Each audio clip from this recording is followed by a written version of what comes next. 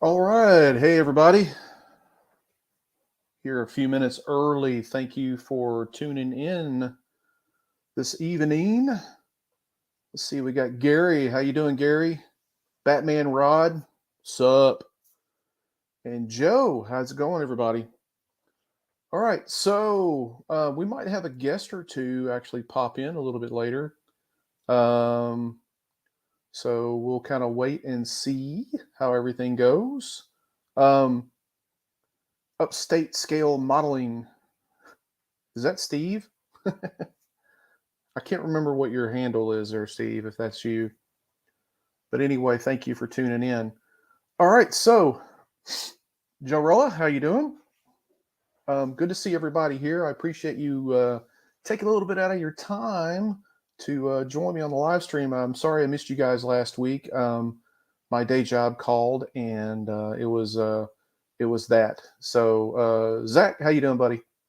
So so what I'll talk to you guys about this evening is we're going to ruffle a few feathers. Some people are going to probably get pissed who watch this, but that's okay. But I kind of want to address a couple of things with this whole production statue issue that's been going on for quite some time. And the question in the title is 3D printing killing the statue production statue hobby, and you're going to be surprised at what my answer is. So, Jacob, how you doing, buddy? So we'll talk a little bit about that, and then I'll open it up to some Q&A for you guys. If we have a guest or two pop on, then I'll introduce you to everyone. Um, the last live stream that we had some technical difficulties, and I hope I got some of that stuff squared away. If it happens again, my apologies in advance. I'm in kind of like a temporary room right now to do my live streams. I am currently working on my collection room, and it's been a slow go because of the whole weather issue here where I'm at. It's 70 degrees one day, 15 the next, raining for 3 or 4 days in a row, and then there's ice on the ground, and the next thing you know, it's 75 degrees again. So it's kind of limiting what I can do. So this is as good as we got for right now. So, but anyway, so there has been a lot of talk in the community, statue community, 3D printing community, and everything about the 3D printing hobby and how it's having its effect on like production statues. So I'll go ahead and give you the answer, what I think the problem is, or whether I think 3D printing is taking that over or not. And I'm kind of divided. So I'm going to say yes and no. More so, no, because I think personally that the statue community has done it to itself. And let me explain. So, I guess a couple of years ago, we're in the middle of a pandemic and everything like that.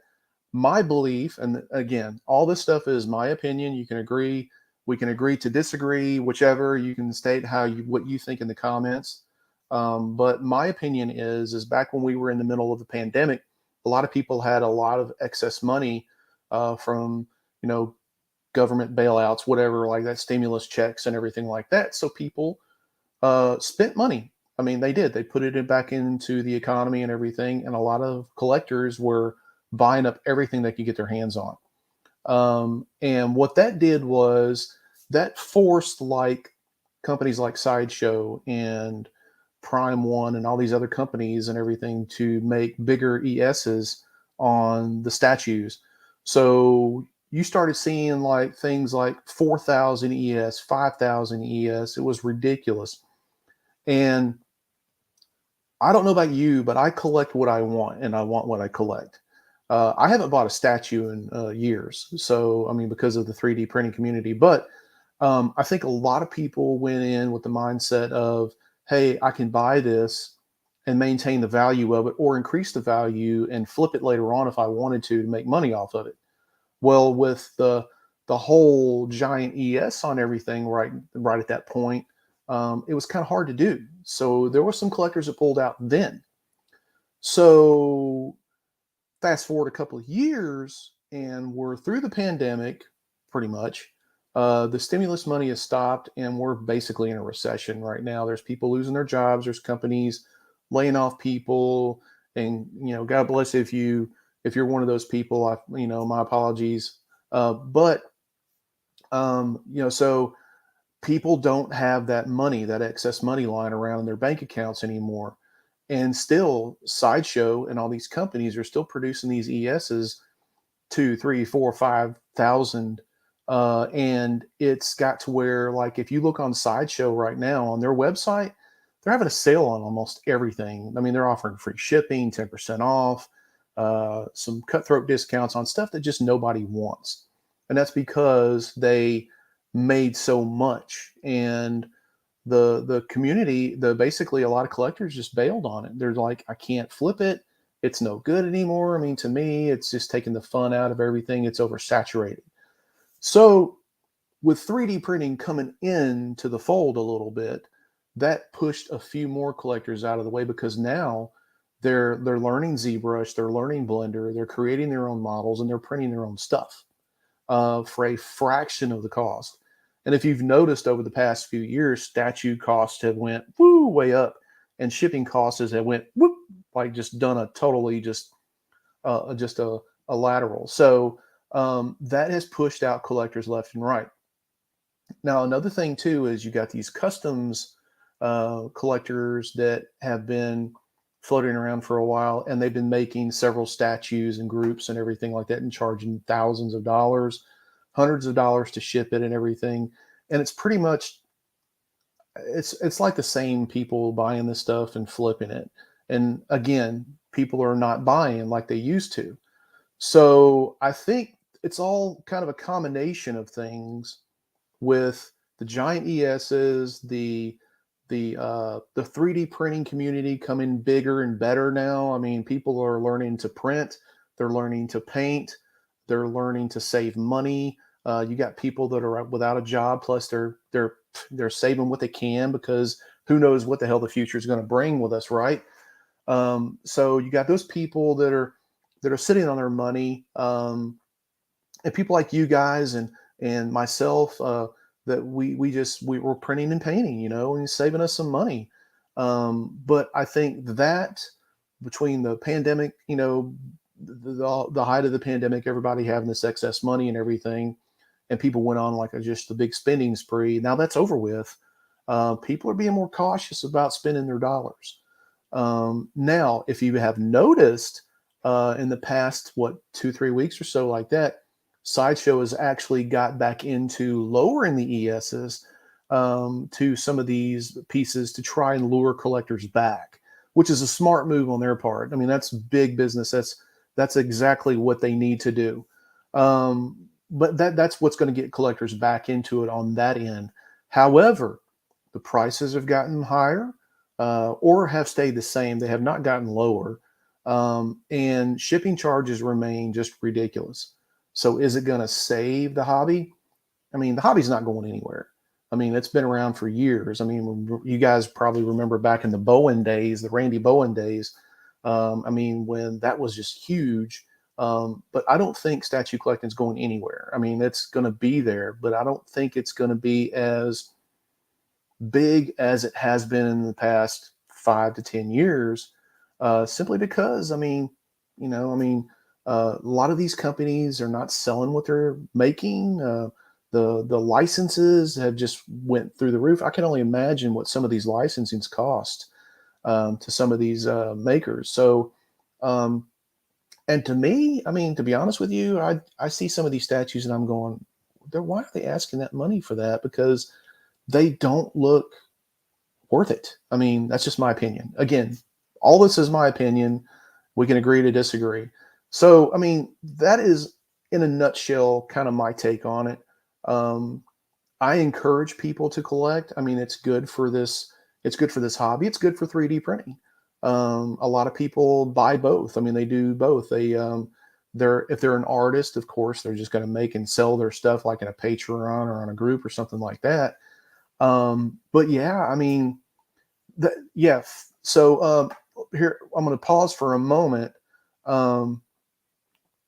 So Zach says, kind of one of the things I just said, one of the big issues we're seeing are the license deals are extraordinarily expensive now. If you get a license deal as a Sideshow Collectibles or a Prime one, you're spending almost $100,000. Well, here's the thing. You're spending more than that. I guarantee you any Marvel or DC license is probably 4 times that. I mean, I don't know the ballpark figure. I mean, I don't know the exact figure, but you're right around the ballpark figure. I'm sure it's probably up there. And a lot of these companies, if they're sitting on merchandise and it's sitting in warehouses and they're taking cuts on it, then it's not profitable for them. So they're probably not making near as much. I mean, you got to figure by the time you pay an artist, by the time you pay the factory to make this stuff and everything, um, it's just I mean, it's just crazy. I mean, the amount of money that they're spending. Um, so, yep, Philip says it also right here, and this is something else I was going to get to: shipping times. So I guess I looked at Sideshow the other day, and they released, it was a Hot Toys figure. Now, Hot Toys is completely different from the statues. I get it. But this one Hot Toys figure that I was looking at, maybe ordering, is not going to be ready until like 2024. And that's like summer of 2024. That's a long time. And Philip's right. It takes too long to get a model, sometimes 18 months plus from the order. I mean, 6 months is, to me, is too long. I mean, a year is too long. But you got to stop and consider, with these guys making thousands of these, and it's going to take a little longer. So hopefully, with Sideshow pushing back the ES till, I think I saw some like a Poison Ivy was like 400, it won't take them as long to get it done.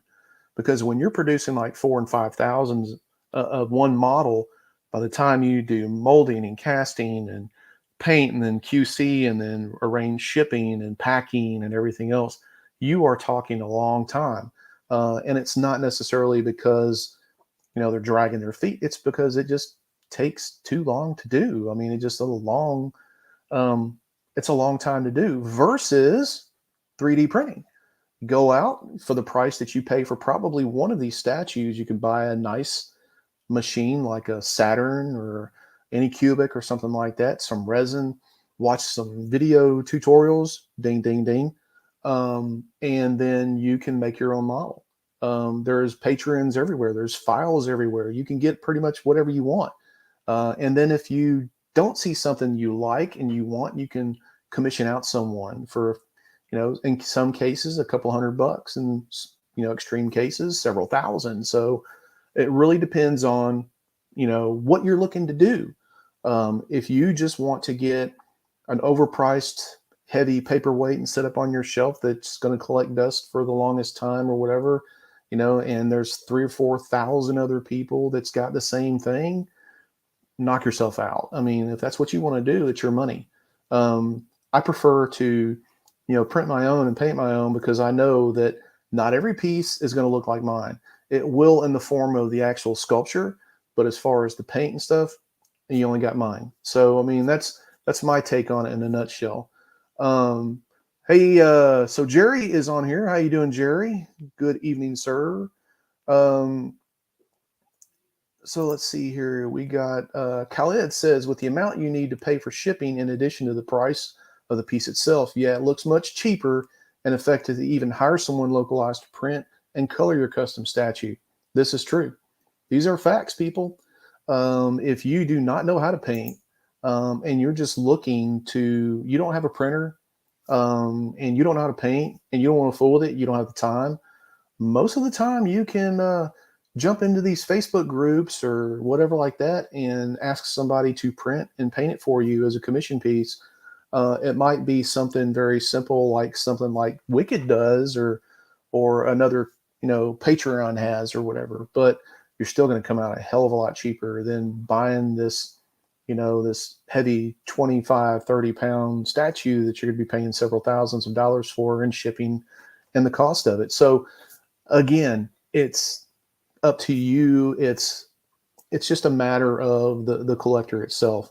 So it again, let's see here. Let's look at a couple things. Let's see what a couple of people say.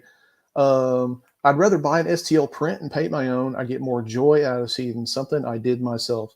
Exactly. And that's why 3D printing has gotten so popular is because families are doing it. You can get your wife involved, you get your spouse involved, whatever. You can make some pretty cool stuff, some stuff that you thought that you would never be produced by a production company or anything. So, that's an upside to it. Philip, apparently he's in Australia, says he lives in Australia. Shipping is always a few $100s for a Prime 1 or similar model. Right. So if you're living in a country that's far away from Sideshow, which is in California, I don't know the gist of where they ship their stuff from, if they ship it directly from their warehouse or from a third party company or whatever, but you're talking a lot of money in shipping. Chances are, for what you get a Sideshow piece for, you can probably go out just off the shipping, go out and buy you a Saturn, Elegoo Saturn, and print your own stuff and still save money. So, yeah, absolutely. So let's see what else. So Salvador, welcome, sir, says, I agree with you. I just build now. I can just do random statues and not feel guilty about it. Once people couldn't tell what I made and what I bought, I decided I'm building only. So, I mean, yeah. So when you're printing your models and building them, I mean, you don't always have to paint them if you don't want to. I mean, it's up to you. I did the video about the graphite powder, which I have in front of me. You don't know how to paint. This stuff right here will just make you a nice, cool statue just by using that. It's just brush on and buff. And you got a pretty cool statue for your desk or for your room or whatever. And if you're an artist, I mean, you could take it to whatever level you want to. You can make whatever you want to. And the thing is, and I probably shouldn't say this, but you don't have a license. You don't really have to have a license. You really should have a license if you're selling. But if you're making it for yourself, then again, we're not going to get really in depth into there, because that's a really gray area that can, people can agree to disagree on a lot of things. But if I'm paying $10 a month for a Patreon and I make stuff for myself, I don't sell anything that I've got. If I make a statue for me or whatever like that, I'm not worried about a license. I mean, it's fan art. It's going in my shelf in my room and stuff. I don't think Marvel or DC is going to come hunting me down. But don't get out there and sell a whole bunch of stuff without a license. That's just my take on it. So Zach, let's see what Zach says here. He says, in the margins that they're selling them for versus what they're actually getting on their back are very slim, and collectors are very particular. If something is broken, they'll return it. True. So I wouldn't say necessarily the margin is slim. I can tell you that they could produce a statue for a couple $100s that they're going to probably sell for 800 or more. But by the time, again, you pay the artist, you pay the license and stuff like that, you still have probably a decent margin, but not like you would think. I mean, if you're making 10-15%, which I know that statue companies are making a hell of a lot more than that, then I mean you're making money regardless. I mean you're doing it to pay your artists and stuff like that. But the biggest killer, I think, is with a lot of collectors now is the shipping. It's just ridiculous. I mean, to get out there and pay $400 or $500 for a piece that's just, it's, why would you do that?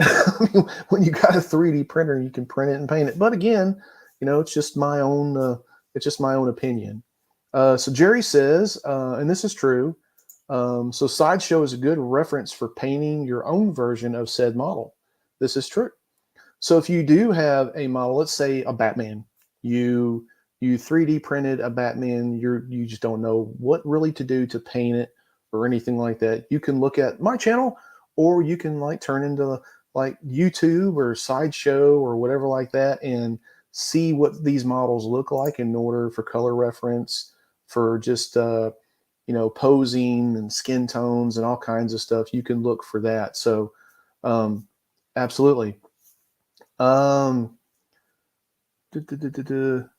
So Joseph is right. So Joseph, who's one of my patrons, said the best part of 3D printing is the flexibility to produce what you want, miniature statues, etc.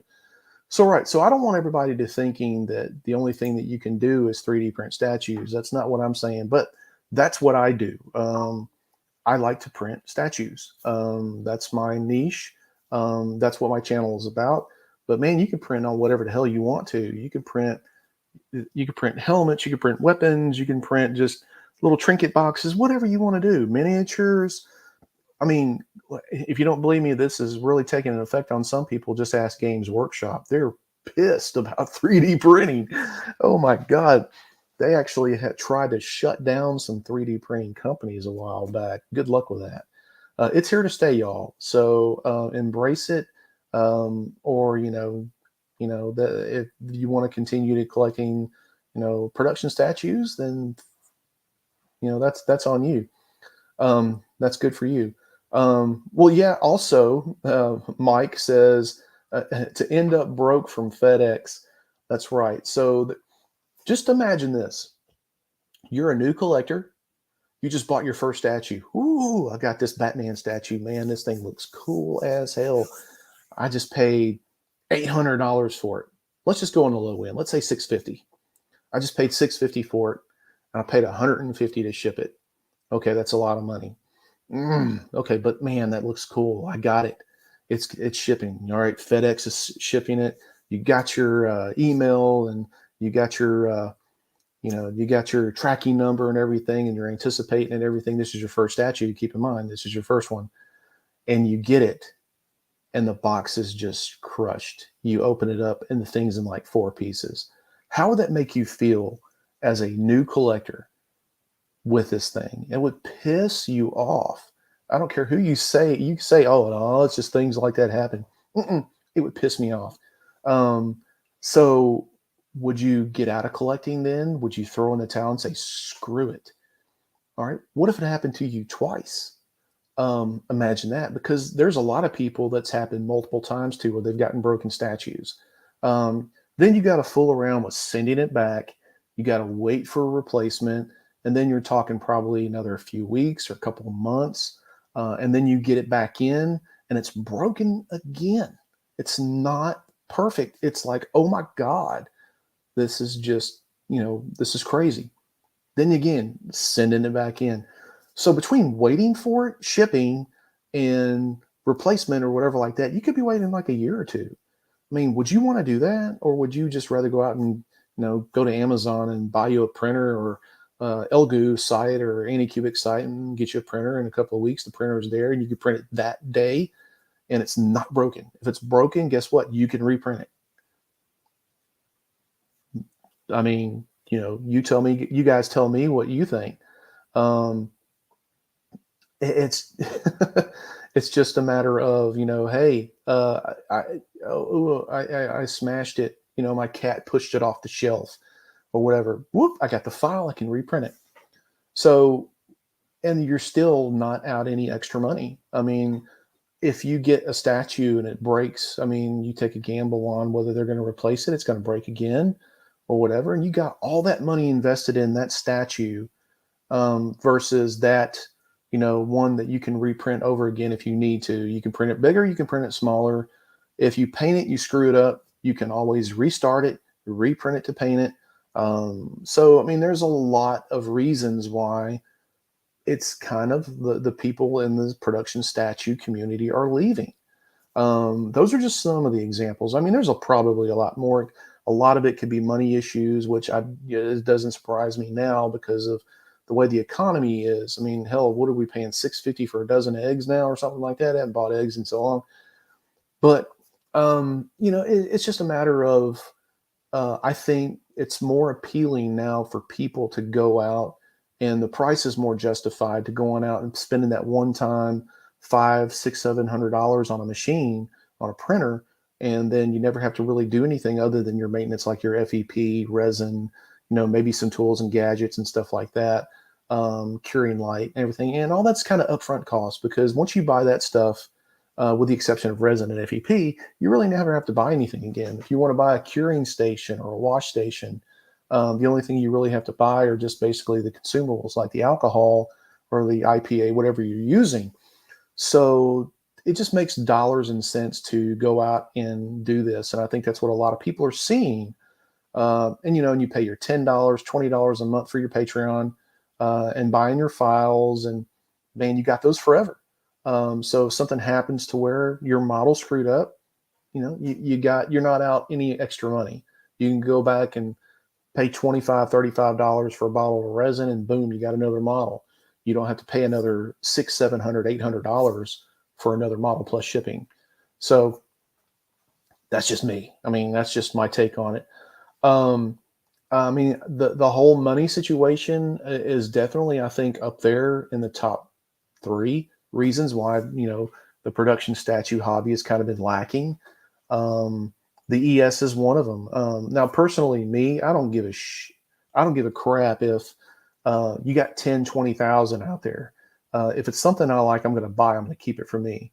But I think I saw a video the other day talking about this guy was talking about action figures, and people buying and selling those and flipping them on eBay and everything, and they're making so many of them that flippers can't make any money now. Wah, cry me a river, you flipper. I mean, who cares? I mean, they're made to collect, not made to make money off of necessarily and make you a life of doing that. I mean, that's just my opinion. But I don't think that people really care. I mean, if you're a collector and you want to collect it because you enjoy it, collect it. I mean, I collect G.I. Joe figures, and I collect these 1/6 figures. I do it because I like it. I don't plan on selling this stuff. I mean, that's just me. But, to each his own. So Doc Holliday says, I love statues. It's hard for me to go out and buy a figure when I can't print something like it in the way I want it. So yeah, I mean, again, it's just to each his own. And you ask, am I going to print Cyclops from Wicked 3D? The answer is, of course. I have a 1/4 scale Wolverine and all this other stuff that I got to do. But hey, I mean, it's just, I mean, the answer is so broad. There's so many answers when it comes to 3D printing, killing the statue community. Not entirely. No, I don't think that. And, my whole synopsis on the whole thing is the statue hobby is killing itself, between the high ESs, the shipping, which is not necessarily their fault. But, I mean, I'm looking at some of these statues are 1/3 scale. They're big busts and everything like that. Those things are heavy. So you better expect shipping to be out the ass whenever you buy this thing. I mean, be aware of it. I mean, be mindful of it. Don't be like sticker shock going, oh my God, it's $500 to ship this life-size Wolverine bust. You should have thought about that before you got it. So, I mean, it's one of those things. And I think Gary has kind of touched on it a little bit. Gary says, I get more pride seeing a model I've printed and painted on my shelf more than seeing one I paid hundreds of pounds for that someone else has done. So that's another thing. I mean, this is something that you do. If you got kids, this could be a father-son project. This could be a husband and wife project, father, or whatever. It can be a family project. You can use this printer for different things. It doesn't have to necessarily be for statues, but if you are out there and making things of your own, I know my sons are older and everything, but if I had, like, my son was 8 years old, man, I would love to sit there and print and paint a statue. I don't care how good it looks. This is a father-son project here, and that's priceless. You can't put a price on that. And I think for most people, logical people, that's part of it too.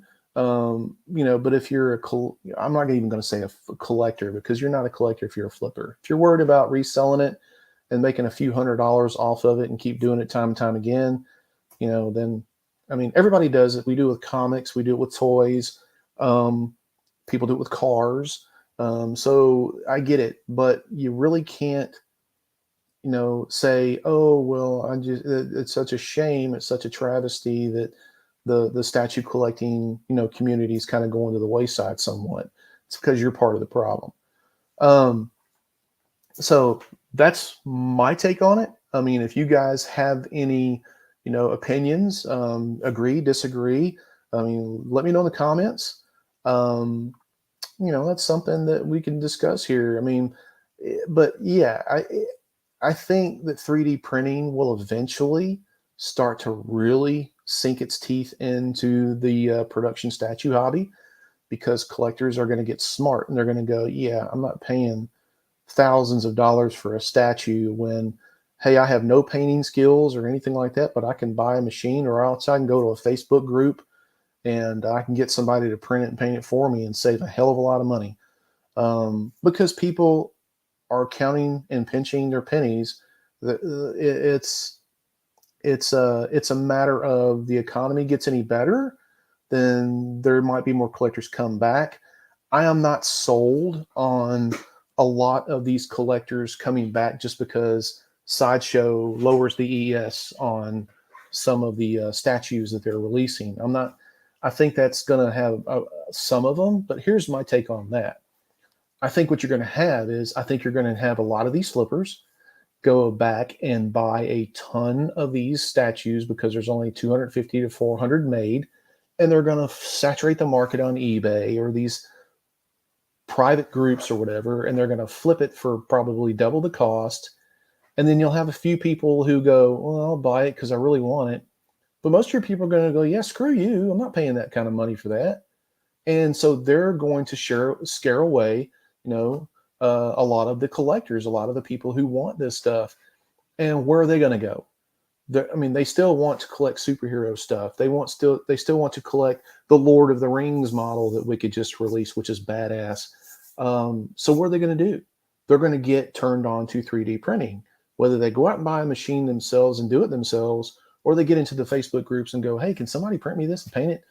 I have dinero. I mean, so think about it. I mean, it's going to happen. It's the same thing back in the 90s with comic books. If you're that old to remember, we know when they had like 50 covers for the Death of Superman, or how many covers they had for that daggum thing.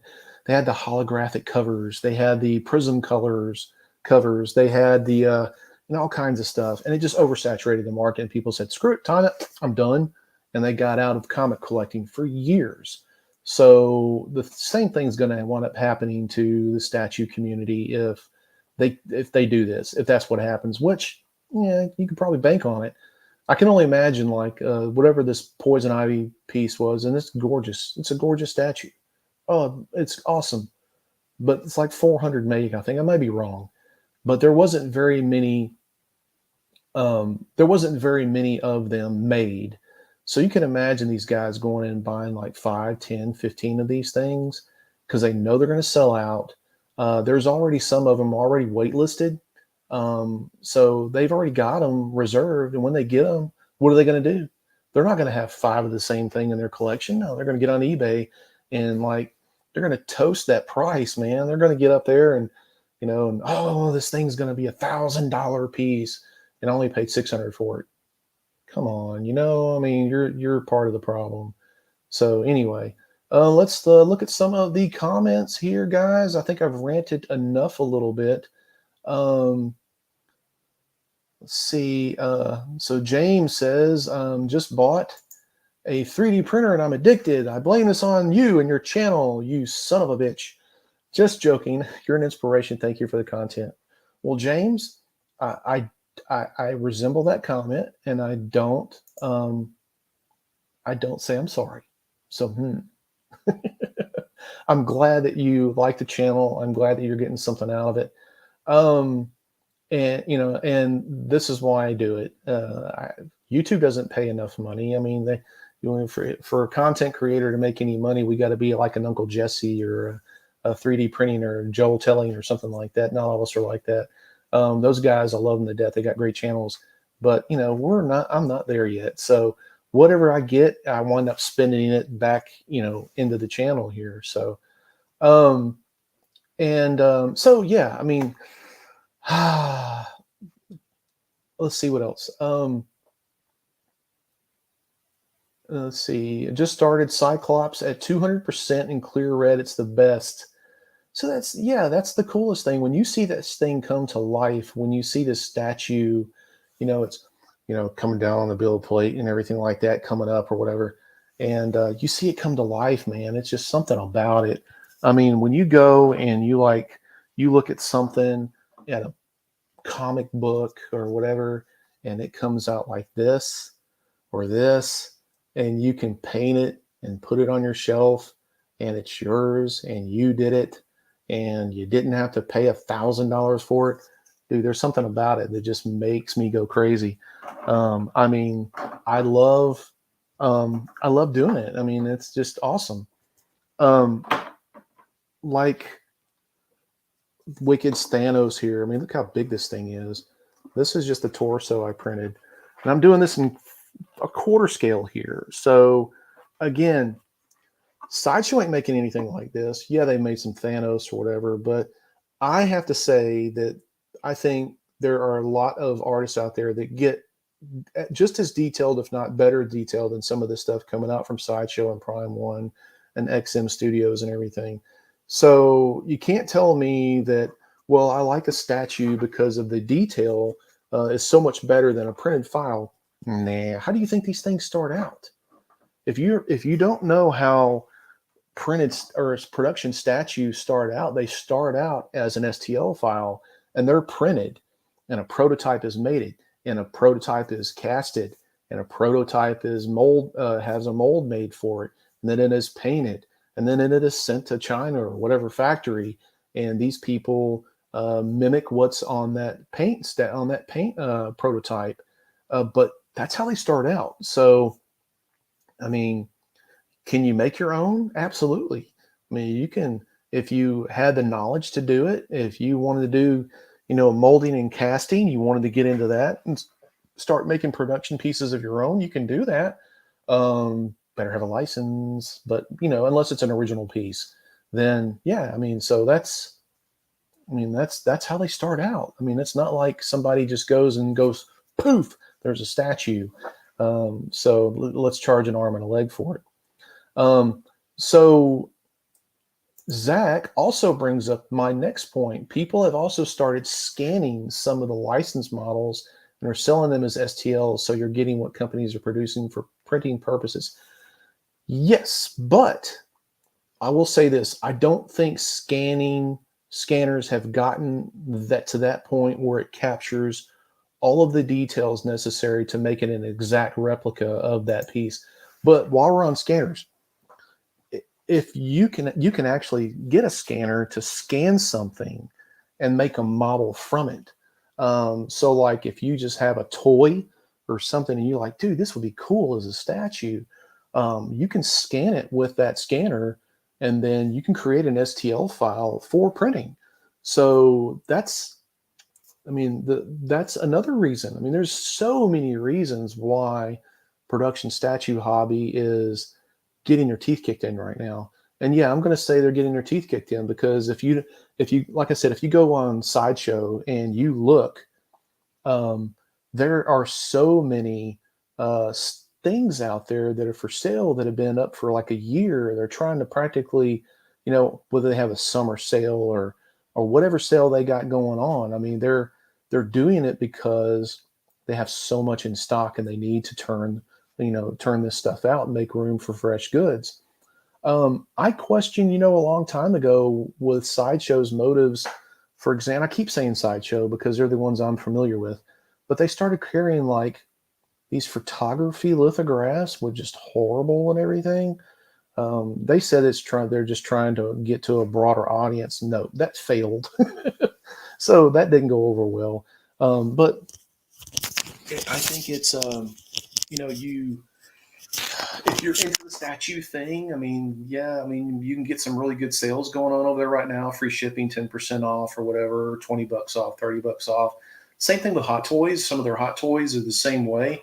Again, when you start making thousands and thousands of these things, not everybody's going to buy them. They're not always going to sell out. So really, and you wonder why Hot Toys makes 150 Iron Man, because that's what sells. You're probably never going to see, more than one or two pieces of Punisher stuff from Sideshow or Groot or Rocket Raccoon or whatever, because they're not that popular like Spider-Man or Iron Man. I mean, they do it to make money. They're in a business. I mean, that's what they do. But I just don't think that the whole thing with the 3D printing thing is, that's not just the reason why that they're going out.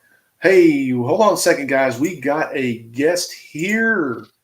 Hi, everybody. Hiya. Second, Tony, I got to put my earbuds back in so I can hear you, buddy.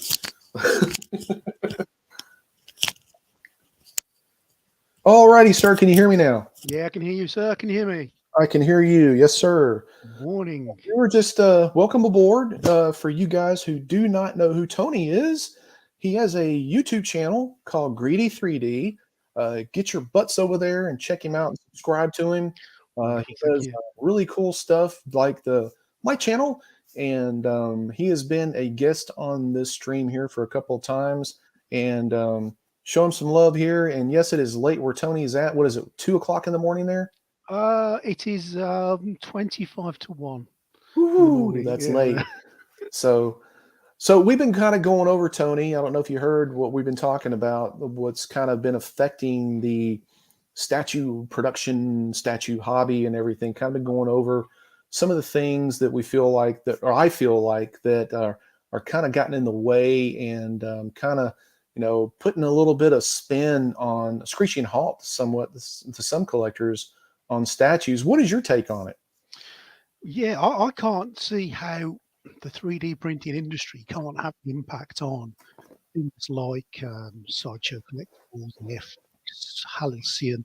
There's all sorts of different kinds of things. Warhammer, another classic example, I guess. It's got to have had some impact on it because of the ease and the ability and the availability of people to create their own models rather than buying them. I did a little bit of looking at it today, a little bit of research into it, and I couldn't see any drastic figures to suggest that these companies were in dire straits, because there'll always be people that will follow things like Airfix, Halcyon, Warhammer, the original stuff. But I can't fail to see how it's had an impact on them. But, I'd be interested to see what everybody else thinks. So, I mean, you're over across the pond and everything. You're kind of in Games Workshop country. Do you see like 3D printing having a drastic effect on the gaming community over there? I wouldn't say a drastic effect. I think it opens up a new level of their ability to create things, and Games Workshop stuff is really, really expensive. Yes. I bought one of the little. I've got it here actually. One of these that I made and painted. 2 of those was 50 quid. Wow. That's a lot of money. That's a real lot of money. So I can understand why people who can't afford, So if you were to 3D print that, what do you think that would have costed you to print it? Oh God, less than a fiver, to be honest. Probably 2 of them for a fiver. Especially if you're buying the Sunlu resin at the moment at ridiculously low prices. It would cost nothing. You've already got the paint, you've already got all the bits and pieces, you've already got the stuff for the base. 5 quid, easy. So how do big companies justify that £50 price tag? And I'm not saying they're right or wrong, but I do understand why people who can't just shell out that kind of money would print their own if they had the ability to do so.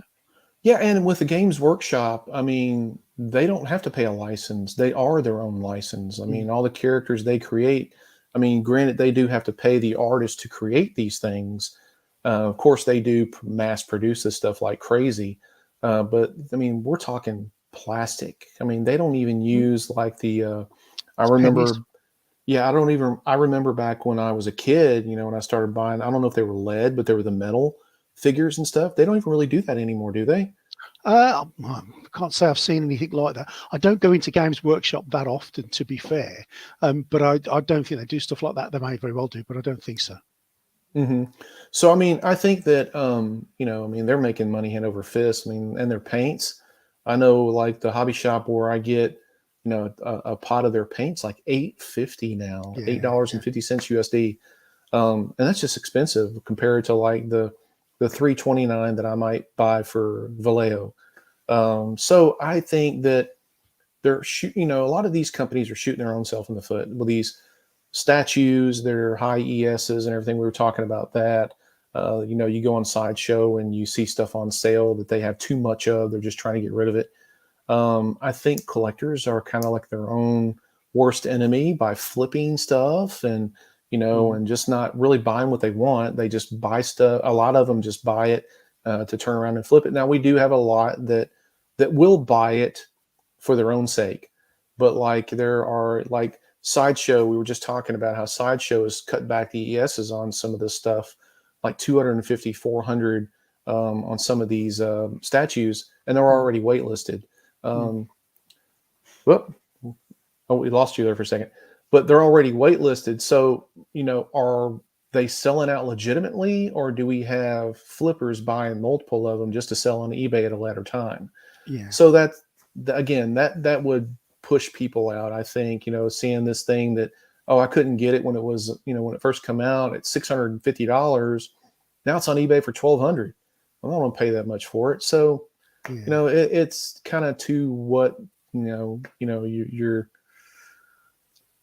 I guess it's just your preference. I guess is what I'm trying to Yeah. say. I mean, I used to collect hot toys, hot Mm. toy models, and I remember when the Aliens ones first came out, and I'd Hmm. put them on pre-order, and I got them, and as soon as it landed, you'd find them on eBay then for an extra 300-400 quid. Yeah. It's the same with everything, isn't it? I bought an Aliens Nerf rifle of all things. Cool bit of kit, Hmm. and I paid 100 quid for it. Within days, they're on eBay for 200, 300, 400 pounds. It's crazy. That's crazy. Yeah. It's crazy how people do that. I mean, I think that, a lot of people just don't have the money that they used to. So they're not Mm. buying expensive gadgets like that anymore. Now, it's when it comes to a printer or a 3D printer, you're buying the machine one time. Mm. And the only other thing that you really have to buy for it is stuff like FEP and resin. That's what we were talking about earlier. So those are consumables, I guess you could say. And those expenses are fairly low, and you can produce statues or gaming items or whatever like that you want to, miniatures or whatever, for next to nothing versus going out and buying multiple $1,000 statues. Mm. So I think that has an effect on it too. But I don't think that 3D printing is solely going to take over statue collecting because like I was talking about earlier before you got on, that you always have these collectors to collect anything. I mean, comic collectors, coin collectors, all these sort of things. But statue collectors are just going to be get to the point where they're going to love it, hate it, get out of it, whatever. But there'll be another collector to come in their place. Mm. But I think some of these companies are getting wise now and going, hey, we're not selling as much. We need to cut back the ESs and bring some of these people back into the fold. That's just my opinion. So let's see what Joe, I saw this comment over here that Joe wrote. I would argue Sideshow's market is the pure collector. 3D printing is more a hobbyist market.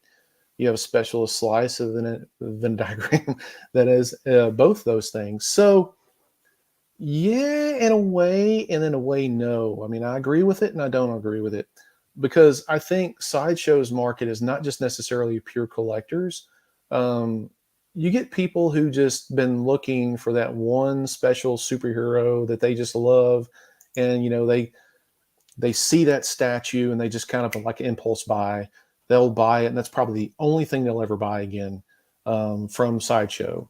So those may be few and far between, but I don't think every person that buys statues from Sideshow buys like every single one and just keeps buying and buying They and probably couldn't buying. afford to be fair, could they? It's crazy. I Yeah. mean, so I would rather, like I said, I would rather just print and paint my own stuff, and Mm. that way it's a lot cheaper and I can afford to do that. So um, that's just me. If you got that kind of money rolling around, if you're a baller like that, hey, whew, that's great.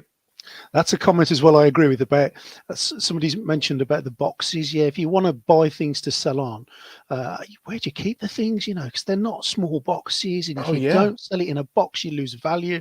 If it's an investment, I get it. I've got things that I've bought that I haven't even taken the cellophane off the wrapping, which are purely for investment. But There's not a lot of those things. So, But yeah. So while we're on that, so let's go back to the collector.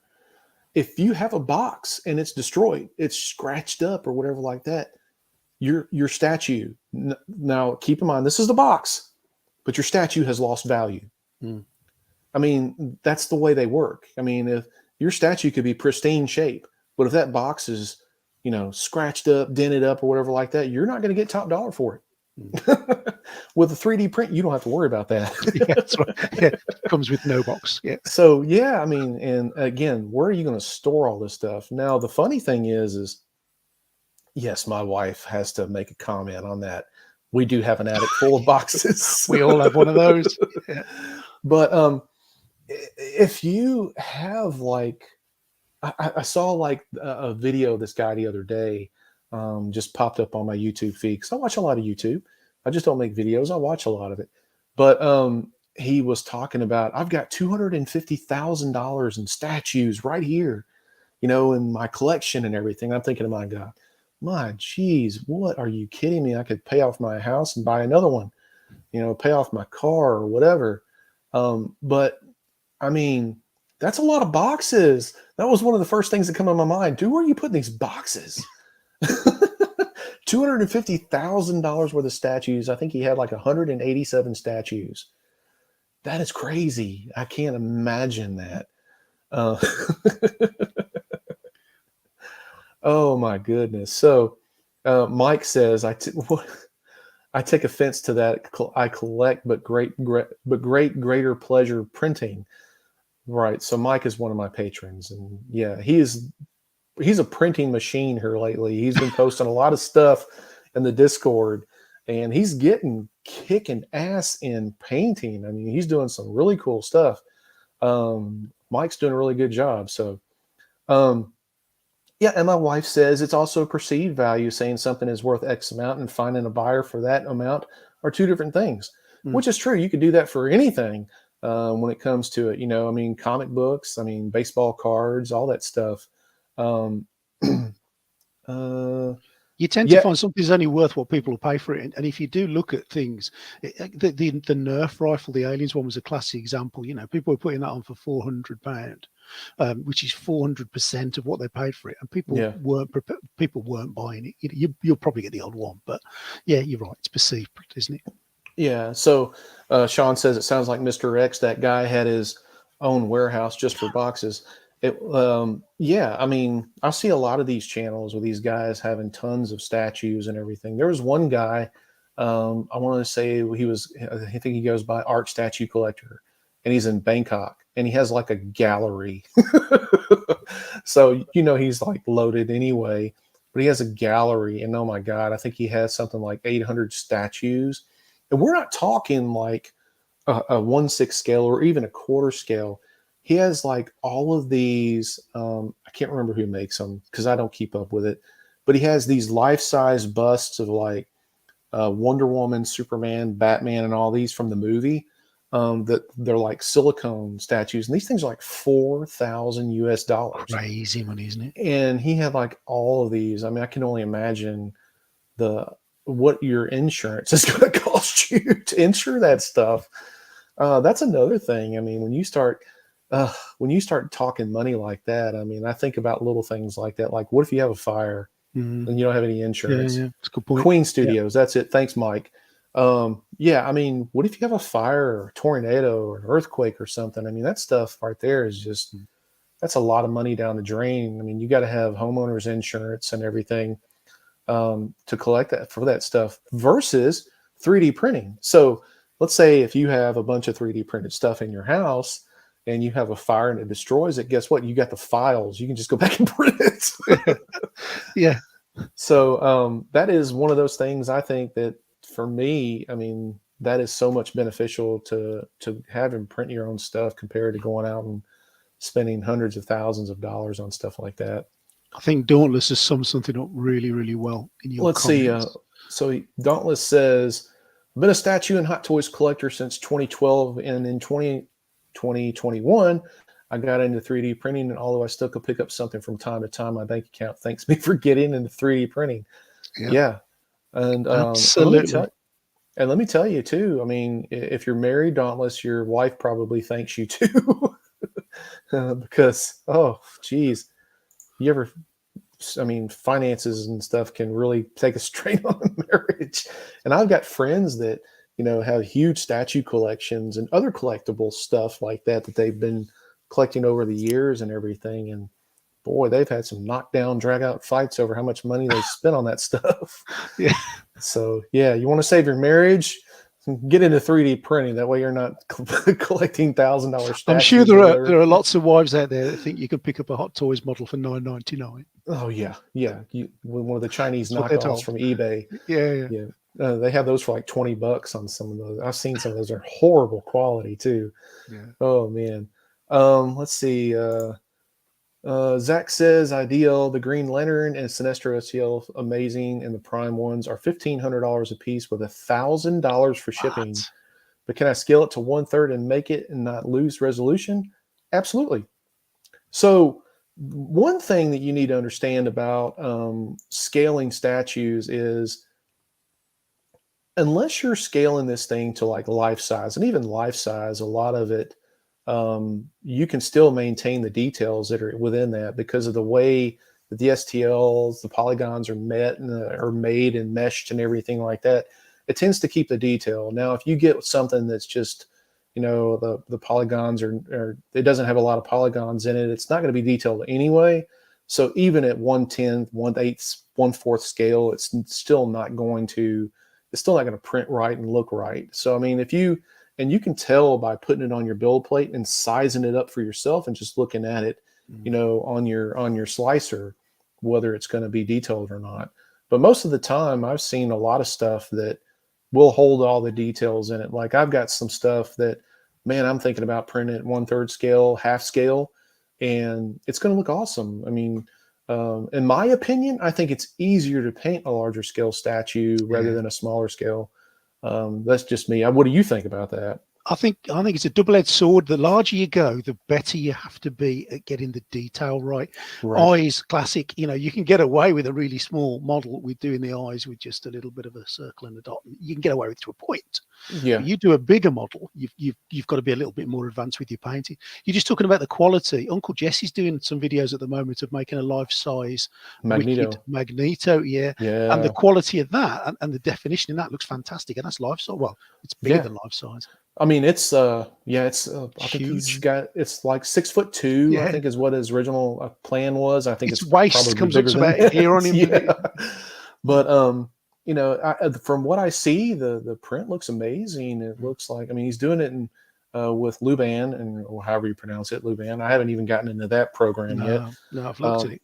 But I mean, the quality looks, all the details there. I mean, so yeah, I mean, why wouldn't it? The quality as well. He's doing it in PLA, isn't he? And the quality of the PLA is pushing out of those Neptunes.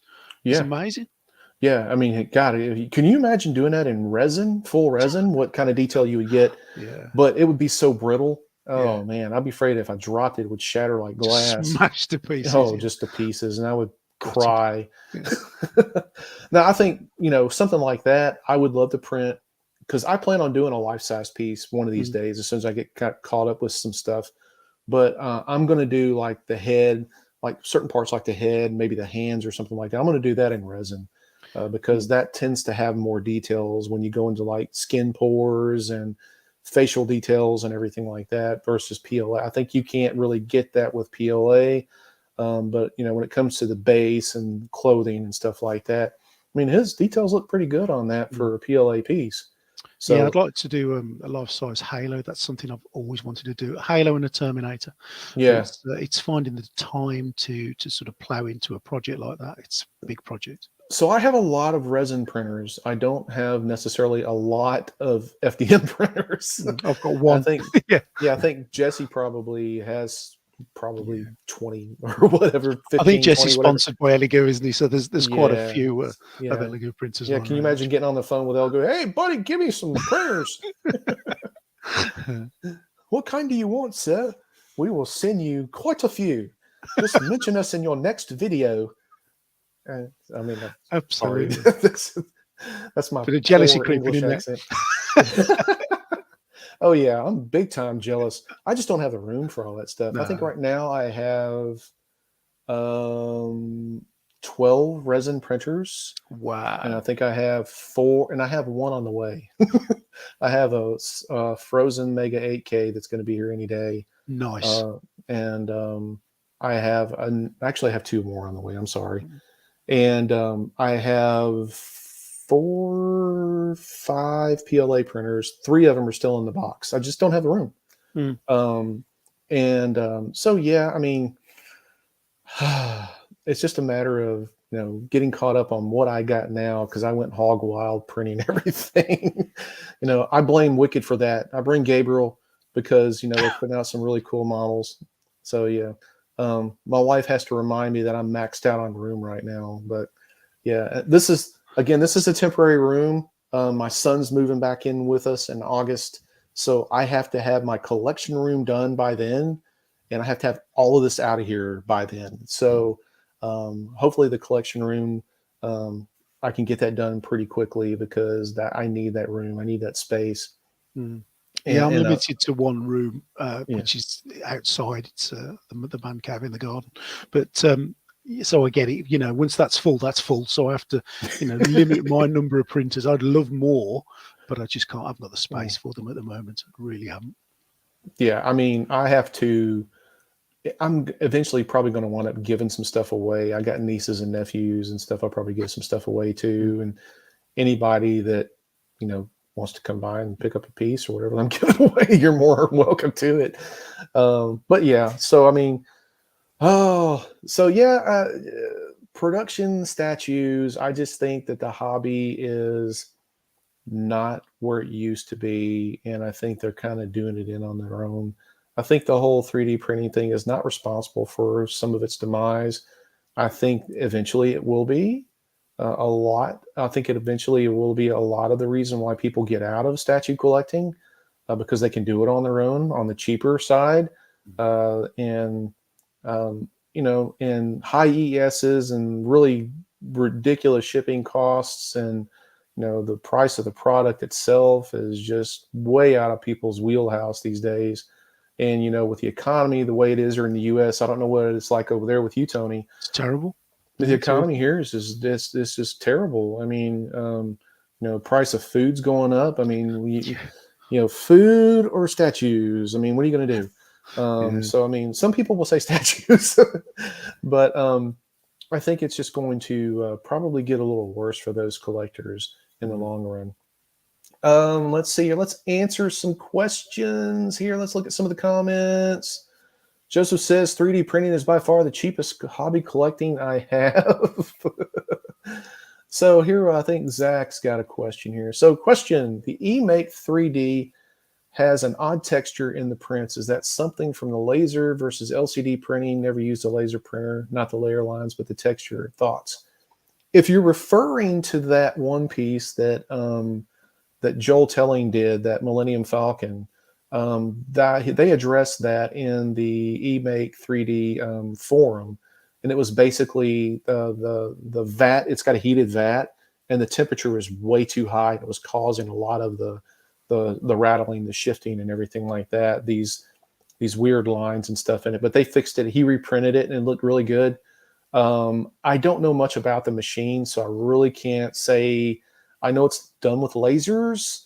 It's a SLA printer, not an MSLA printer. So Joel just released a video today, which is very good video telling you how that machine works and how it produces the laser imaging technology and everything like that. So go over there and check him out on that one.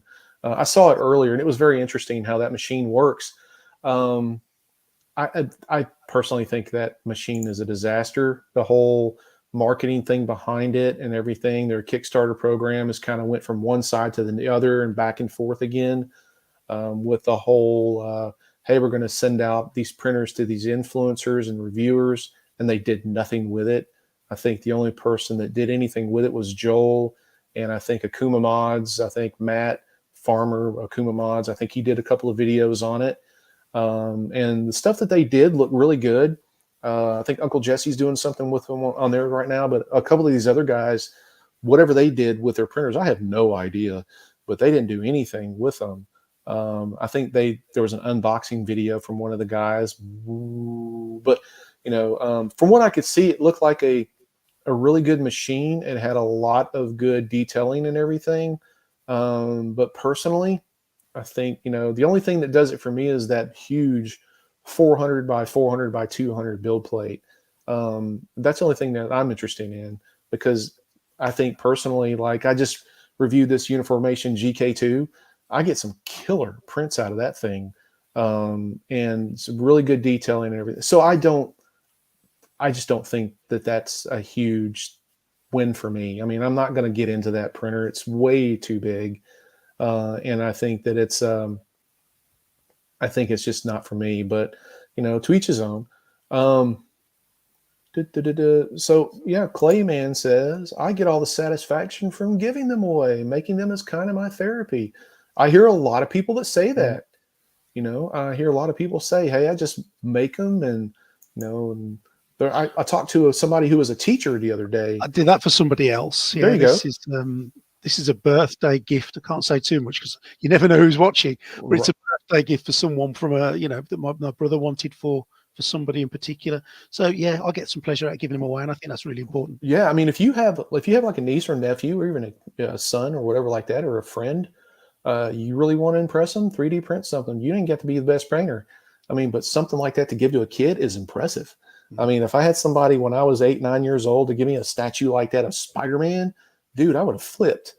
So I mean, that's good on you, man. That's great.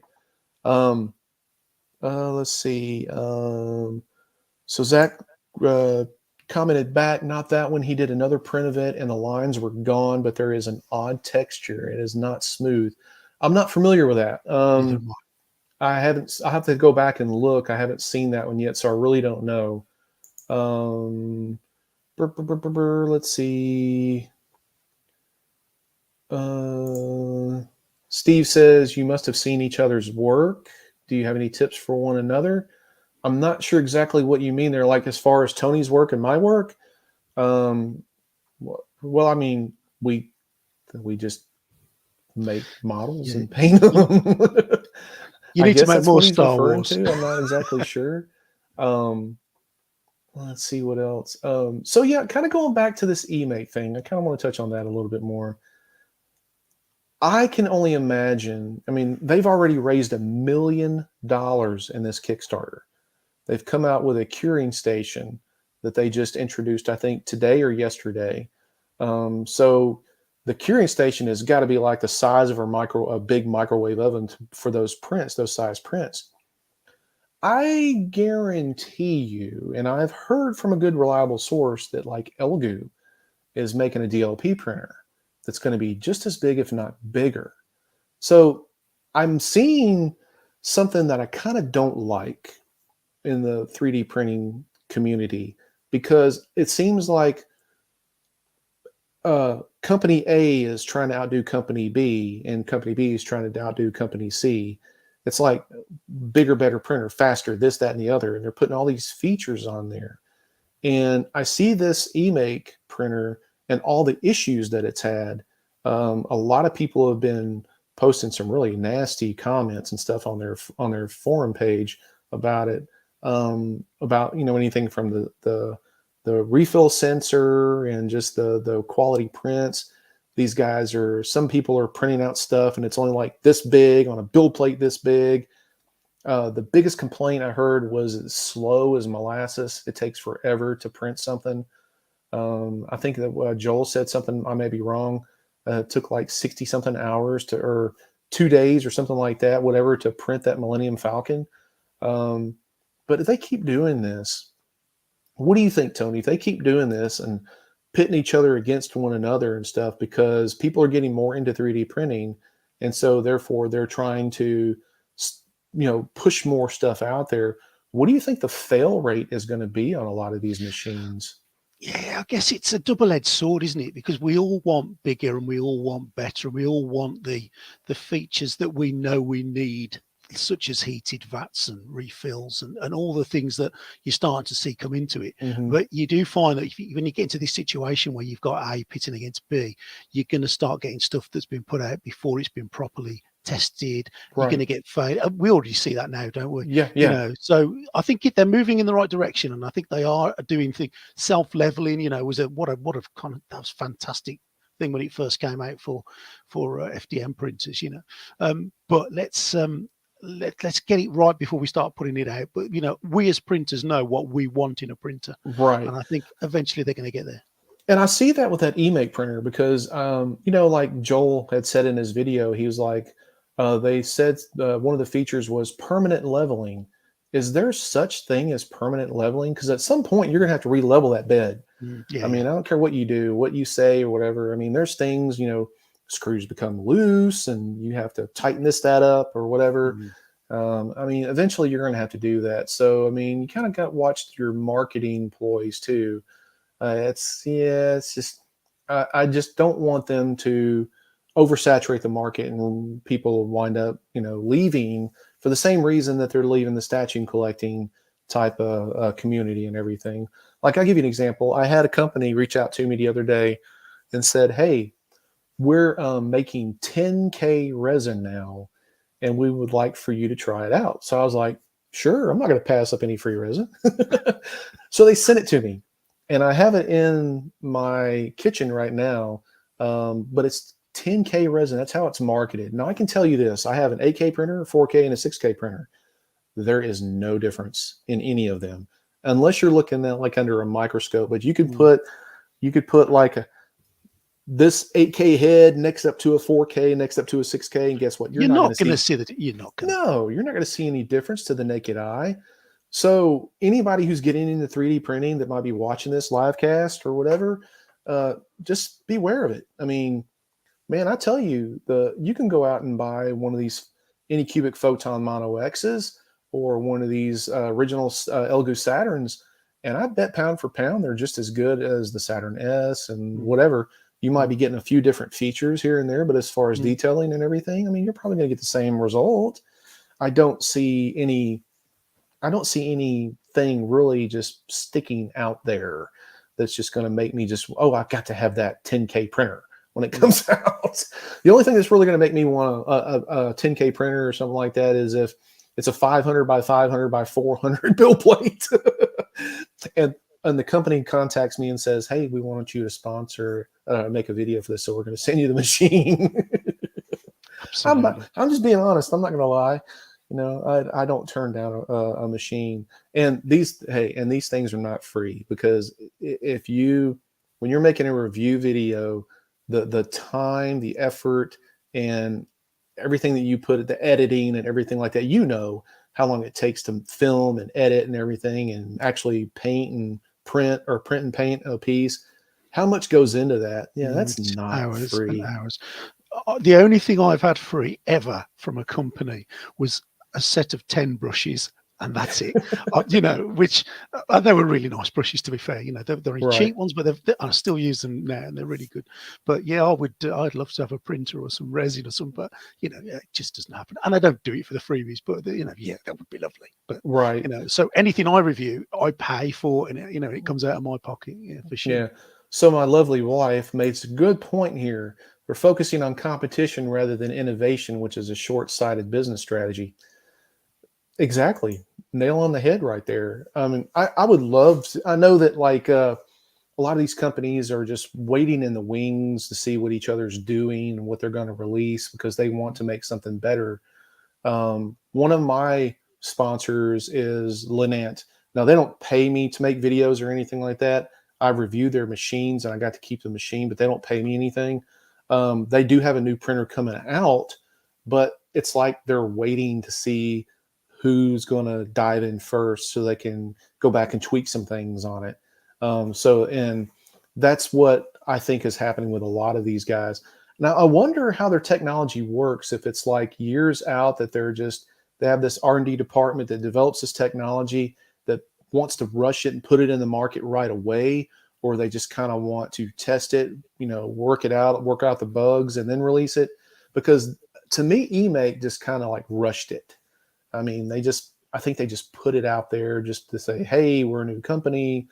Well, look at this big printer. Nobody else is doing this right now. Kickstarter, money, money, money, money."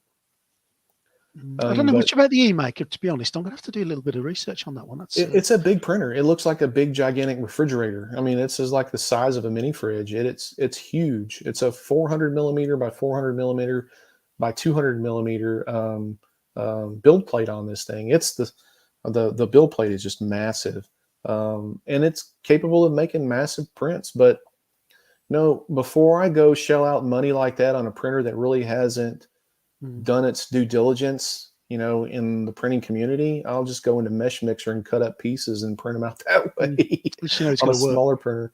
Mm, So, I mean, but yeah, let's see. Joseph is right. He says it is marketing. If you put that out that is new and improved, people will jump on it quickly. yeah. And the one thing that I see that people are asking for, and I really tell me what you think, Tony, but a lot of people ask for that makes no difference to me, and that's speed on a printer. Does that make a difference to Mm. you? No, it doesn't. Not at all. No, because and what's the speed saving anyway? It's going to be a short sort of span. No, I want the quality, I want the reliability, and I want to know that when I get up in the morning and I come back to my printer, that it's printed. I don't care if it saves an extra hour or 2 hours. I'm not bothered as long as it's quality. Right. I'm the same way. There's people out there that, they get in these forums and they talk about, well, how quick is it? It's not, it's slow. It's slow. I don't care if Quicker it's slow. fails. Yeah. Yeah. I mean, I don't care if it's slow. I mean, like, this is one thing right here, like Philip just pointed out, costly failed prints on big printers will make Mm, you cry. mm, This eMake, I wonder how much resin that thing holds. It's got a compartment in the back for 2 bottles for the overflow or the refill. And I can only imagine what that vat actually holds on that thing. If you have a failure on that, oh my goodness, that's probably going to cost you $50, $60 for a fail. mm. So I mean, so all these big printers are not all they're cracked up to be. I will tell you, I own about 3 or 4 of them, and I have some fails on them every now and then, whether it's from my stupidity, bad orientation, or just the power goes out or something like that. And yeah, I mean, it's like I got to start over again. Time is not my problem. It's the cost of the resin, which is the Mm. problem. I mean, you get these big gigantic printers and man, you have a fail on that thing. Like I said, that can eat up your resin allowance in a quickness. Um, so yeah, what do you guys think? Let's hear in the comments. Does speed matter to you? I mean, are you really just itching to get this thing printed as quickly as possible? I mean, because I me, guess if you're into production, if you've got a bit of a print factory and time is money, yeah, maybe it is quite important that you can print twice as many out. I get that. But I don't think for the average model maker, speed is that much of a big issue. right. So Clay says, I used to try and print stuff at the max height of my printer and got the most fails. Printing in parts almost never fails. Not sure why that is. Um, it's because mainly I think what I find with the larger pieces is the supports don't stabilize everything like it should with smaller prints, with lower center of gravity prints. So therefore they can pop off the build plate. You just really got to know how to, because I print a lot of big pieces, um, like this torso here. This thing is quarter scale. It's massive. This is Stano's torso, Hmm. and it's heavy. But I used the right amount of supports on it, and I didn't have any fails on it. I've got one of So them. It's a bit smaller, but I've got one. this thing's about the size of my head. Yes, But get away with that. but I printed this on the. I got this off the Anycubic Photon M3 Max, and it printed okay. So. Yeah, I didn't have a fail on it because I used the right amount of supports and the right size of support. So yeah, I mean that's just me. Um, yeah, and Philip also says that some things are easy to paint in pieces in parts than one piece. So yeah, that's true too. Anytime I can print something in pieces and paint it and then put it together, the better. Oh God, Mm. the better. I'll show you this right here, and this is something that you guys are seeing firsthand. This is something that I had commissioned. So let me get it here. So this is a quarter scale Ninja that actually is going to my Punisher Bad Night for Ninjas diorama that I had commissioned. I had to paint this in one piece because of the way that it was made. It had to be um, grafted and it had to be filled and everything like that. So it was like the only way I could print it. And this is a quarter scale piece. So yeah, it's big. And here is the other ninja. And I also had to paint him in a quarter scale piece as well, one solid piece as well. So when you're printing pieces this big as one piece, that's massive. And it's difficult. So yeah, anytime I can paint something in pieces or whatever and then put it together, the better. Again, I think it's a double-edged sword, really, in a sense of if you print it in one go and it fails, you've lost the lot. So Yeah, if you can print it in parts, at least if you lose one piece, you can just reprint it. exactly. So that's why I would Yeah. rather print in pieces than, than just one big gigantic piece. You've got to be Um, good at filling those seams as well. You've got to take some care and time in doing that. And that depends on the design. A lot of the wicked ones, you don't see the seam because they've designed it so well that it's just fits in yeah, nice, I mean, fits in a pot. I've seen some that, well, the one wicked piece that I'm looking at right now is Craven. The way they did his legs, I didn't like. I'm not going to grab it here because I'm going to break it if I do. But at the legs, they like right at the thighs, they just sliced it right off. Mm. So I had to glue that, seam it up, and everything. And that was the only bad seam that was on there. And it took me a while to get all that right. And I'm still kind of like, I look at it all the time, so I'm still going, I just need to Mm. fix it a little bit more. Yeah, if anything I've learned, with this 3D printing, it's once it's finished, and everybody does the same. You want to get it finished, you want to get it painted, you want to get it put together, you need it done. And then it's finished, and you look at it, you think, oh, you know what, I should have took a bit more care with that, or I should have done this, or I should have done that. So you're absolutely right. Yeah, so I Yeah, look at mine now and think, oh, God, why did I take an extra 10 minutes to just, do something different with that? Yeah. yeah. I mean, I do the same thing. So Zach wanted to know what printer I use for the Ninja pieces. I use the Uniformation GK2. That is a really good printer. It's a little pricey, but it does have the heated vat and everything. I think that really made a big difference in the print quality. It was It's a little consistent. different as well. It's different to everything else out there. It's just It weird, is. a weird looking thing, and the build plate's a bit strange, but works. Yeah. So the build plate is a little weird. It's kind of the reservoir on it, so it doesn't overflow as bad, but it will overflow if you're not careful. The way the build plate snaps, it snaps into there rather than a screw down type. But it just, you slide it in and just a little latch comes down. The only thing that I really have a hang up on, aside from it being loud as hell, it's a loud printer, I saw your um, review, yeah. because of the fans on it, is the when the vat goes in, there's no tension screws or anything. It just slides and Mm, locks. And so the vat has these tabs on the bottom that will actually lock into place. And I told Uniformation about it. I told the rep that I deal with, and she said that they would probably, remake those tabs, and that way people could, mm. use them, or make a file for them so we could print them and use them if they start to wear out. But yeah, it's like $899, something like that. I think you can find them on sale for like It's a 50 bucks lot of off. money. It's a lot of money for that Mm. printer, but it prints really good. I mean, I get good quality prints off of it. You wait till you see this Punisher piece that, oh my God, it is nice. It's very, very nice. I'm sitting there looking at it right now. I don't want to show too much. I don't want to show too much of it, but it's a really nice piece. Very well detailed, holds up a lot of good details. Let me see what else I printed. Well, you can't really tell, but I did this Thanos in the Sunlu beige resin, and it turned out really nice. Um, this right here is the Thanos that I did.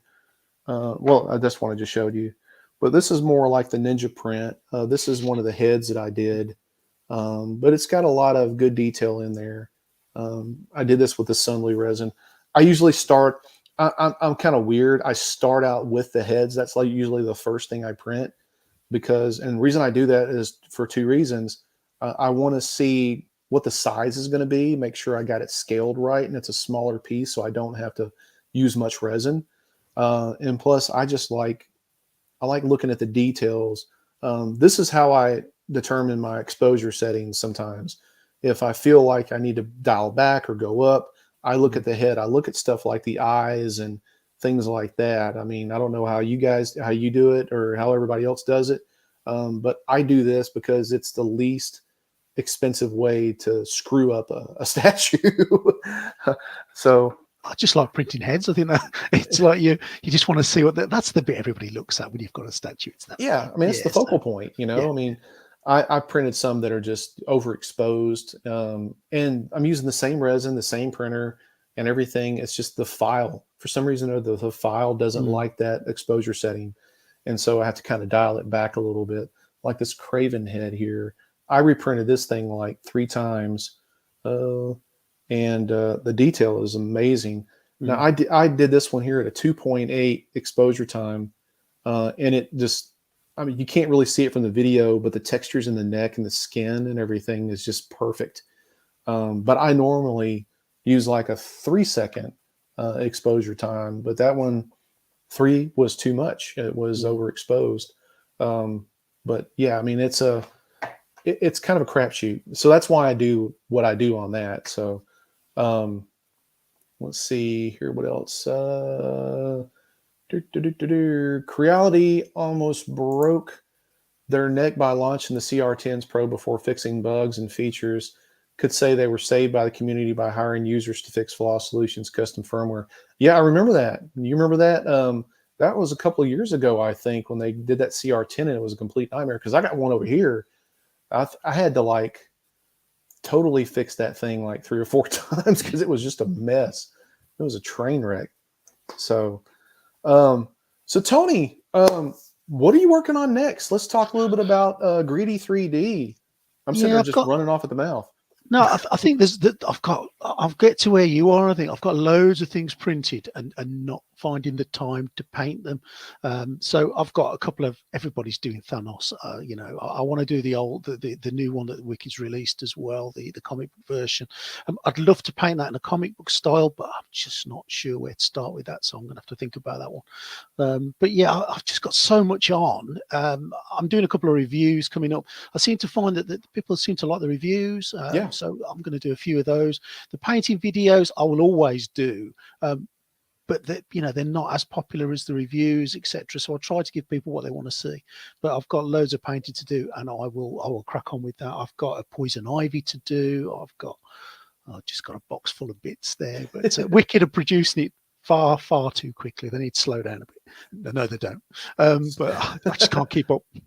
So what do you think? What do you think about their Lord of the Rings diorama Oh that they just yeah, I released? love Lord of the Rings. Yeah. I love it, but I'm going to get butchered in the comments, I know, but I have never seen the first movie. Oh, that's terrible. Be nice, everybody. Behave. I want to kick you off the chat.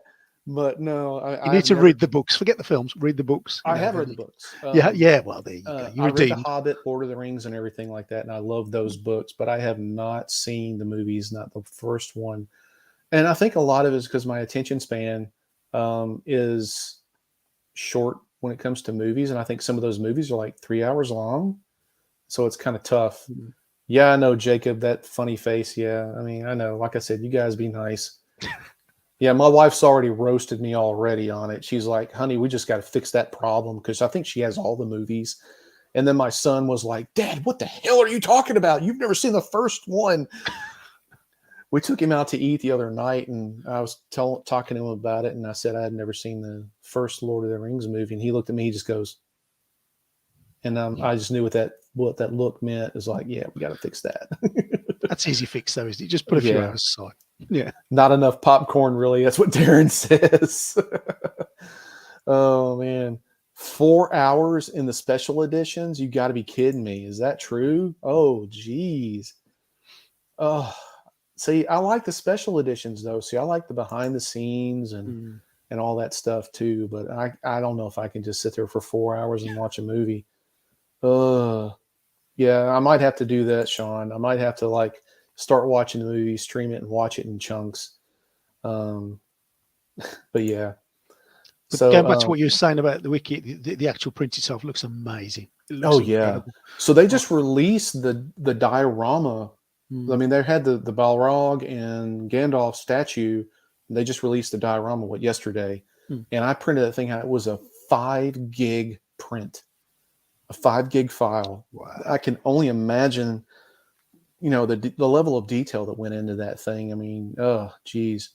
But that's my wife and I was thinking, I was going, I wonder if I could print that in a 1/3 scale. Now, 1/3. And my wife like grabs out the tape measure and starts running it across the living room, and we're trying to figure out how big this thing is going to be for Balrog.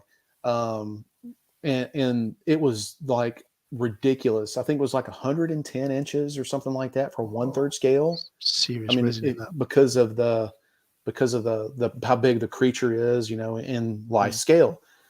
Oh man, I can only imagine. I can't remember how much it was. I think it was like either 81 or 110 inches. I can't remember. I'm sure my wife will comment here in a minute, but it was insane. 120 something, she said. Okay. Wow. So yeah, 120 inches. There's no way in hell. I will print it at 1/6. And, and 1/6 Gandalf is going to be like 13 inches or so, and Balrog is going to be like, I think it's like 18 inches. No, 36 inches, I think is how much it was. Or something Is like where that. you're going to put it just a secondary thing? I don't know. I mean, that's just, that's just it. I mean, I've got all this behind me, plus I've got tons of stuff I'm sitting here looking at. I've got tons of stuff in my collection room. I just don't know when I'm going to have the time to do it. It's just crazy. I just, I haven't printed. I printed 2 boots from Thanos. That, of course, I'm going to finish that up. But that's all I've printed in like 2 weeks. And Mhm. I'm like jonesing. I'm like having withdrawals. I finished one piece for another statue I'm going to be painting here pretty soon, and doing a video on. So you guys have to check that one out. But other than that, I've just been trying to paint and catch up. I've been doing this Punisher piece. This is a piece. It's an exclusive piece that is for my Patreon members. So if you're in my Patreon, you're actually going to get 2 pieces, 2 files. This is Punisher and Wolverine. I've been wanting to get this thing done for decades, and I did it. The artist is almost done with Wolverine. I'm actually going to give it to my Patreon members as the token of supporting the channel. And if you guys get over there and support Tony at Greedy 3D too, so subscribe to his channel. Wonderful. I have to say this too, Tony. I know we both did review videos and stuff on Sunlu. Would you believe the majority of the links are out of stock at Amazon now? What? It's not too bad in the UK. I think you can still get it over here. So it's Can you? yeah, you can. Yeah, a So, few people have also said that the price has gone up. It hasn't. It's still at those ridiculously low prices. so I talked to the Crazy. Sunlu rep that sent me some samples, and they said that they have plenty. They just have to ship it to the Amazon warehouses and stuff, and their prices are not going to skyrocket because people are buying it. So let's hopefully Good. fingers crossed, because that's some good resin. Mm. Hope Yeah, I it was hope surprised, I must say. Yeah, so I mean, I think now it's like 35.49, but it fluctuates between 33 and 35 USD. Mm. And then you got some links. It's like 44 for 2,000 grams, but even that's still a really good price on it. Mm. But the $33, you're talking what, $16 per bottle or Mm. per 1,000 grams, where normally like resins anywhere from 25 to 35 It's on half average. price, isn't it? It's crazy. Yeah. Philip says Sunlu won't ship to Australia. That's a bummer. Oh, man. That's just terrible. Sean says I just ordered a 2K bottle a few minutes ago for 35-ish. What kind of did you get, Sean? Was it Sunlu? Because if you did, you can order that. Oh, a 2K bottle. My bad. I thought you were meaning like one. I'm sorry. So yeah, $35. That's about right. That's an awesome price for resin. £33 over here. £33 33 14, I pounds. think it is. Yeah. Yeah. So let's say, so we have any other comments from anybody? All right. So I think we're coming up on about an hour and 35 minutes. So Sunlu Standard Gray. Yeah, that's the one that's on sale right now for everybody. So yeah, Color wise, I mean, I've been getting the white because it is reasonably priced, very reasonably priced. Do you find from your experience and everyone else, if you get a darker color, does it print better? I find the quality looks better on darker prints, but I think that's just because they're darker and that's the way it looks. But just be interested what you think.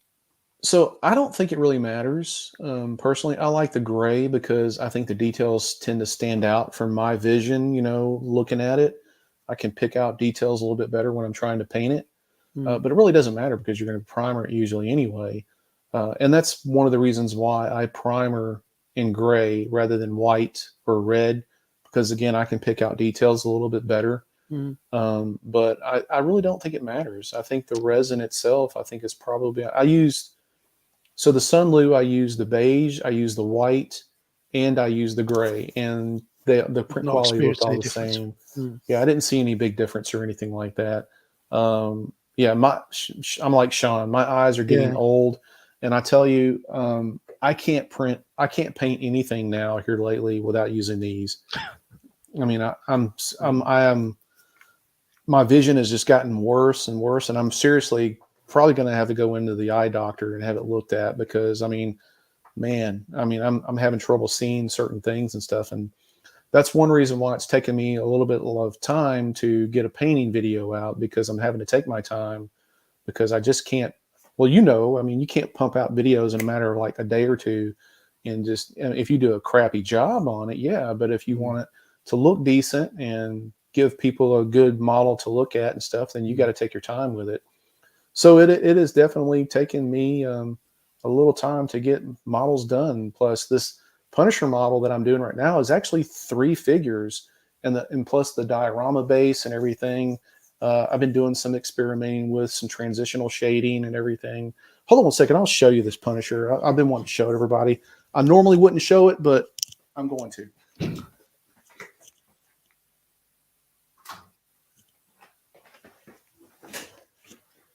All right, so let me get my earbuds back in.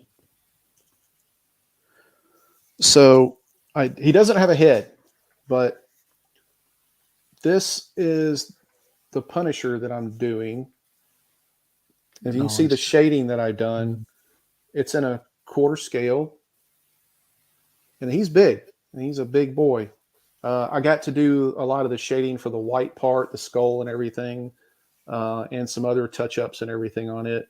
But I've done a lot. There's actually 6 shades of blue on this that I've done.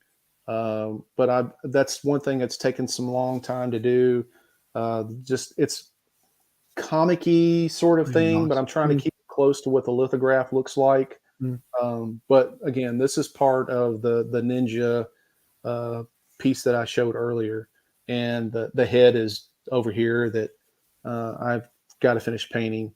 But taking my time on this one, and to do this amount of shading on here, it takes a long time. Looking really nice. It's lovely. But I just sealed everything on it today. Like I said, I got to go back and do the skull and the boots and the gloves and everything like that. And I haven't even started on the base yet. So one thing I've been experimenting too, and that's with neon resin. That's a neat thing. So I've been getting clear Sunlu, and let me put this up, and I'll tell you a little bit about this. Try not to drop it. Just wait for that crack in the background. We don't know where that. All right. So I've been using a lot of Sunlu resin, but I've been using a lot of their clear resin.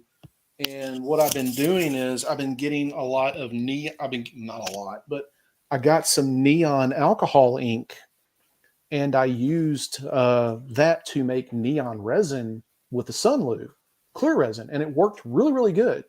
I tried it with any cubic, and it was terrible. So that's another thing. So Sunlu resin, their clear resin, is really good to use with alcohol inks, and it doesn't do patchy type work or patchy, spots in it or anything like that. You mix it up really good, and it prints really good. It doesn't have. I've used some Anycubic, and it failed, and but yeah, I did some pink and red neon for this piece here. And later on, you'll see what I'm talking about. So that's something to keep in mind. Never tried that. But yeah, that's one thing that I've been doing. With clear resin, like instead of buying the colors, buying the already red, the already green and blue and stuff, I just been going and getting some alcohol inks for a couple of bucks at like Hobby Lobby or whatever, and just using that for the clear resin and making my own colors in it. Yeah. So cool. All right, let's see. Put Henry Cavill's head on it. Henry Cavill. Cool. He would. Yeah, I think he would make a good Punisher. So since he's no longer with DC, Or we isn't got he? John. We got John Bernthal, which is I think he did a good Punisher, but Cavill maybe I don't know. Who do you see him playing in the MCU? Captain Britain, thankfully. That's a good point. Yeah, Captain Britain is already down for it. I cannot wait for that. Oh, he's going to do it? Yeah, apparently so. Yeah, I've seen it. Well, according to the mighty Google, I've seen it down that he's doing Captain Britain. Oh, so, that's going to be good. Yeah, I hope that's true. Oh, geez. Isn't Captain Britain a blonde? Yeah, he was in the original, but okay. Who cares? Who cares? It's Henry Cavill. That's right. Yeah. I did see the Hugh Jackman's workout regimen that he's doing to get back in shape as Wolverine. Oh my God, that dude is a beast. Yeah, he is. He can put it on as well. He's 1 minute he's like crazy. he is really putting it, and he's not a spring chicken anymore either. He's up there in age. What is he, 50? Yeah, he's in his 50s. Yeah, so I've got no excuse to look like this. Yeah, I'm like I don't have a six pack. I got a keg right here. I mean, but I mean, he looked really good. I mean, he was just pumping away. But I mean, I guess if you have that kind of money and personal trainers, and that's what you do for a living, then maybe you could. I should, but you're a few million quid short of that. Yeah, I'm a few million short. Let's see here. All right, let's see. We're gonna wind things down here. See what comments everybody's got. Blah blah blah blah blah. Let's see. Yep, Captain Britain for Cavill. Sean says. Data 4 says currently painting a Hugh Jackman Wolverine. It's nice. I have not seen, and I'm being very critical because I think Hugh Jackman is just an awesome actor. I really like him, but I haven't seen an STL file that I'm just head over heels in love with in order to print by him yet. I've seen some that are really, really good, but I've seen some that are just meh. But I haven't seen any. I just go, oh my God, that's Hugh Jackman, and I've got to print it. Have you seen any yet? No. I quite like the Wicked ones, but no, I kind of know what you say. Yeah, I know where you're going with that. Yeah, I agree. I haven't found a really good one, but that's something for Gabriel and the team, maybe. Hugh Jackman is 54. Oh my, he looks like he's 30. He's older than me. How can that be? Oh, geez. Yeah, so I mean, this is the reason why he says that the face likeness is slightly off. So that's why I haven't seen one yet that I just have to have of Hugh Jackman. I really want a Hugh Jackman piece, but I even did have one somewhere that was pretty good, but I can't even think where that's gone now in this madness. But yeah, there was one where he's standing there with his jeans on, his white top, and the claws out, and he's just literally standing there. But that was the closest one I had seen, and I haven't got it to hand, but I haven't seen anything perfect. A while back, I was looking for a, oh God, it was just on the tip of my tongue. Van Helsing, a Van Helsing piece of him. I saw one, and it looked cool. Okay, but again, the likeness was a little off. Because I mean, I like that movie. A lot of people thought, oh, it's cheesy as all get out. No, it's brilliant. I thought it was great. I thought it was really a great movie. But when that's on, you watch it. That's the Van Helsing rule. Yeah. The guy who played the Dracula, what was his name? I can't remember the actor's name. Brilliant though. I think he did a good job. I think he did a really good job. Yeah. My ring finger. The return of my ring. That was just. And he had the hottest vampire wives. Yeah, he did. Yeah. Oh, geez. Oh. So, all right, guys. I think we're getting ready to wrap it up here. We're an hour and 44 minutes in. I want to thank Tony for being here tonight. Tony, do you have anything that you would like to tell the audience here? We got quite a few people here watching. I mean, there's going to be some other ones to watch us later on. Yeah, Give us a plug for your channel. Yeah, come along to Greedy 3D. Make sure you hit that subscribe button there. We love you, subscribers. Every one of you helps. We love you all. Yeah, just keep an eye out for some of the stuff that's coming up, and you're more than welcome. If you've got any questions, if you want to ask anything, just throw it away on the channel, and we'll sort that out. But it's good to have you all on board. Tony froze on us, or is that me freezing? Thank you. Maybe he froze on us. Am I still there? Hopefully I'm still there. You froze up a little bit. No big deal. Right, okay. It usually happens when I'm plugging the channel. Yeah. Yeah, come along, subscribe if you can, but come along, whether you do or don't, just come along. And thank you again, as always, Henry, for some time on your channel. You're welcome here anytime, sir. Anytime. Thank you, sir. All right, guys. Thank you so much for being on tonight's chat. If you have any comments or anything on the whole 3D printing and killing the statue production hobbies, just give us a comment in here. And if you're not subscribed to either one of our channels, go over now, hit the subscribe button. Also hit the notification bell.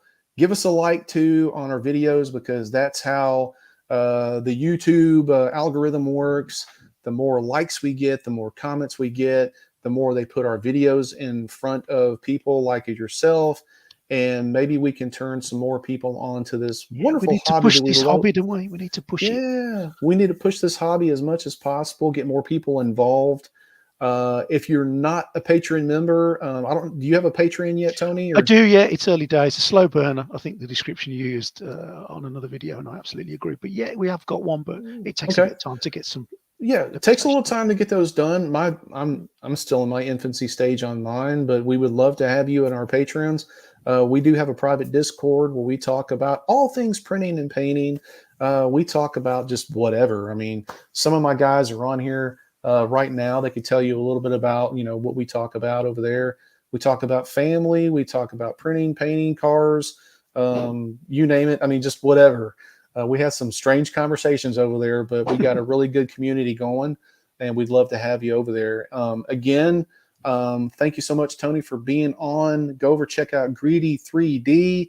Everybody, thank you for being on the live stream. We do appreciate it so much. Like, subscribe, comment on both of our channels. Go over and like everything. I mean, come on. Yeah, everybody out there, stay safe and get out and create something. Print, prep, paint, repeat. And until the next video, until the next live stream for Tony and myself, have a good night.